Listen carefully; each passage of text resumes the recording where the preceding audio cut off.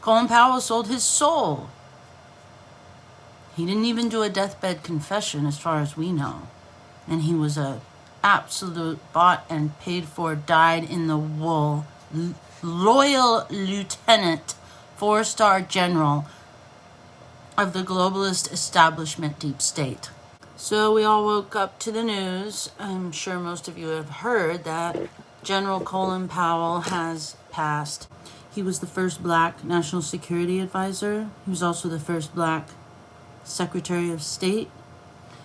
Reagan appointed him National Security Advisor. Then he served as chairman of the Joint Chiefs of Staff for a few years before being appointed as Secretary of State under George W. Bush. And some of you will recall, or you have read in the history books, that he was the one who made the case for invading Iraq in front of the United Nations as well as Congress. He held up some samples of radioactive material, and he insisted that the intelligence regarding Saddam's efforts to once again create weapons of mass destruction after we had given him chemical weapons, he stated that this was unequivocal intelligence and that it justified the case for invading Iraq in 2003, which was a response supposedly to 9/11, but also kind of like, well, this guy's bad and, he has weapons of mass destruction. We found out that Colin Powell passed. Of course, the tributes began floating across our news feeds. The media itself, it was almost like it was written by a high school student. Then at the end, they say, General Powell was an honorable man. It's like, show, don't tell. In one of the obituaries, it may have been the New York Times, they spoke about how he had most recently mentioned January 6th as a permanent dark spot on our country. If Colin Powell, as a general and the former chairman of the Joint Chiefs of Staff, the fact that he did not talk about Afghanistan recently and the recent debacle in Afghanistan, but he spoke about January 6th, which, as we know, has a lot more to do with the Capitol Police not bringing in reinforcements and apparently requesting some reinforcements but not getting them from Congress.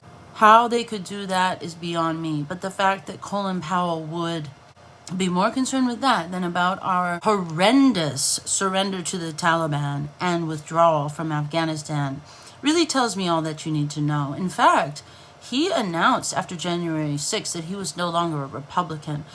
I'm not a big fan of dancing on anyone's grave. I'm not a big fan of wishing anyone ill.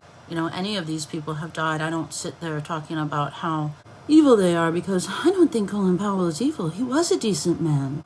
He was very likable, eloquent.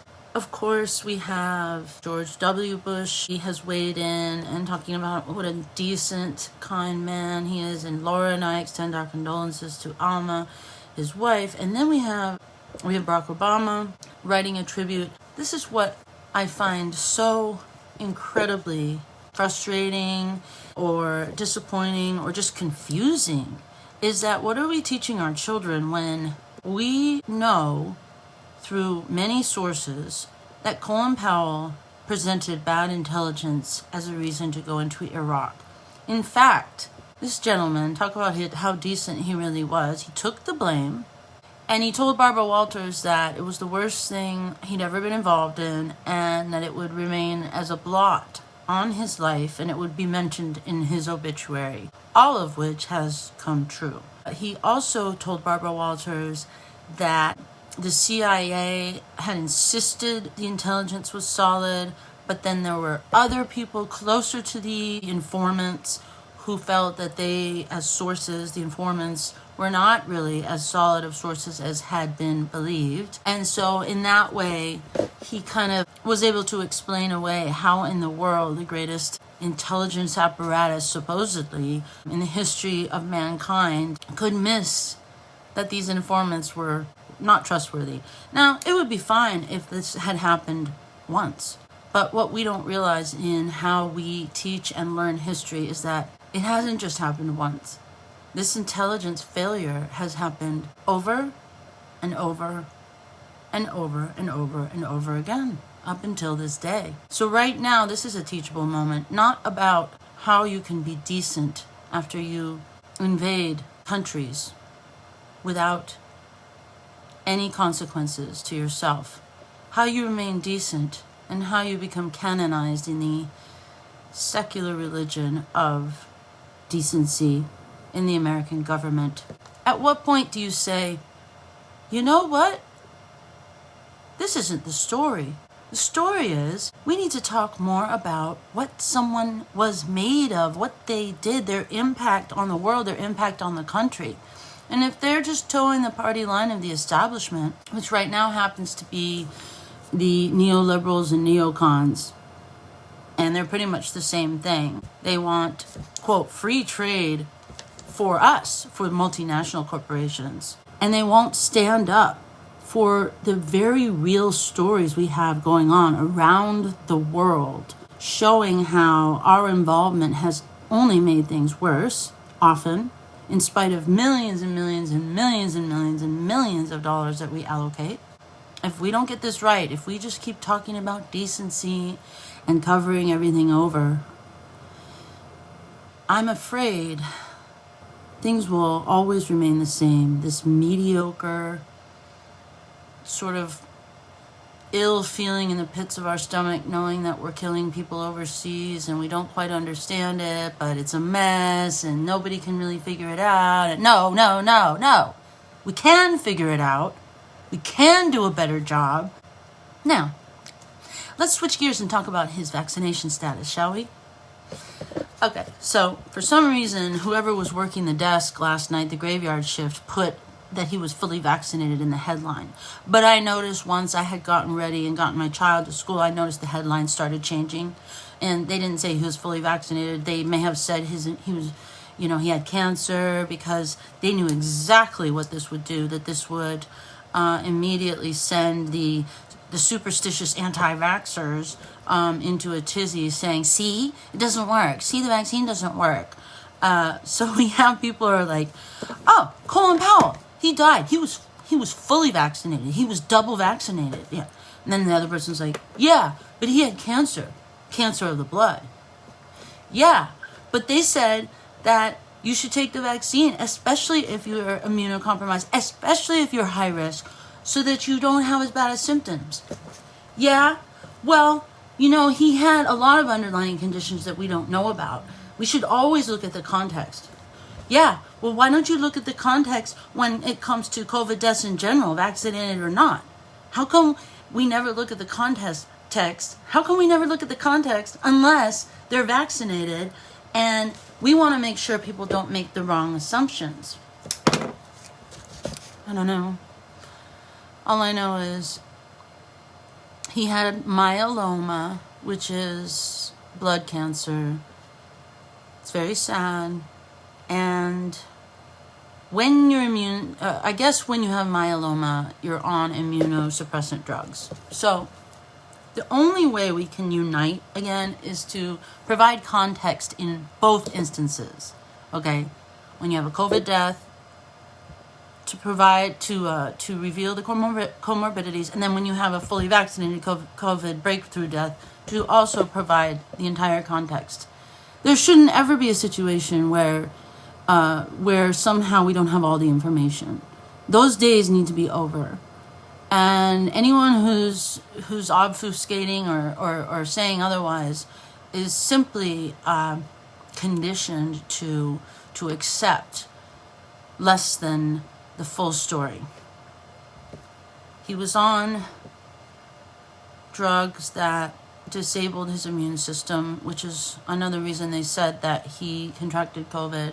Apparently, according to the article, haven't seen his medical chart, but he was improving and he was beating this blood cancer. Then they gave him these suppressant drugs, and then he had no defense against COVID. I'm not a doctor. I'm not even a scientist. But I know how to evaluate information and statistics. And I know from many, many, many, many scientific studies that if you're at risk, if your immune system is weak or non-existent, compromised, or overactive, that disturbing it more is not necessarily the right thing to do. Therapeutics, however, would help him mount a defense, because therapeutics actually go in and defend the ACE2 receptor. Some therapeutics, all right, defend the ACE2 receptor from the spike protein of the virus, whatever variant it is, which is why whatever you think about vaccines and how they're made and all of this and that, and the, part of the partial story that we get about everything, whatever you think about that, you need to know that even if you're vaccinated, you can still take therapeutics that make a difference. So perhaps when they started monoclonal antibodies on General Powell, perhaps it was too late. But at this point in the pandemic, we have known, not necessarily the general public, but those of us who are looking have known that early treatment is absolutely life and death vital to helping people recover from this disease. So as far as I'm concerned, Colin Powell, famous man, decent man, lackey for the deep state, he died because of our nation's inability to get it together and look at all the information, all the arguments, and all the views about saving people from COVID and implementing best practices across the board. So rest in peace, Colin Powell. I know you learned your lesson, at least a little bit, to admit to your grand mistake with Iraq, which I think that was just a voluntary self-sacrifice, really. Because what you did is, I hope you learn your lesson about continuing to carry water for this lying bastion of corruption we call neoliberals and neocons. Hi, Julia. Okay, yes, the family specified that he was double vaccinated. I'm sure they're very disappointed. You think, oh, well, if you're at risk and your immune system is either overactive, non-existent, or in any other way confused or sick, that putting a new burden that stimulates an immune response is intuitively and based on the research not the right thing to do. So yeah, the family is probably going, well, what the hell? What the hell? You say, and that's another thing. Once people already have the disease, I've seen throughout history or whatever, when do they determine when it's too late to give the vaccine? So you have the disease, then you're going to give the vaccine? I mean, that makes absolutely zero sense. But then they, for the cameras, for the news, they'll say, oh, so-and-so was begging. They were begging for the vaccine, but we said it was too late. How do you determine all that? And then where do the therapeutics come in?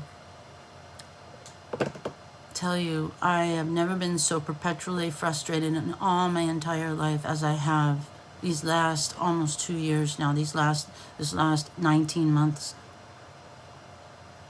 So, hope you guys have a very fulfilling, wonderful Monday. And I would love to hear what you think about Colin Powell, about COVID, and where we stand as supposedly the bastion of democracy, and how someone can go to their death with the same lies, the same basic illusional structure that they've been upholding. Maybe he has some secret letter he wrote. That would be awesome. Or maybe he just has to make up for the blood on his hands in his next life. Okay, ta-ta.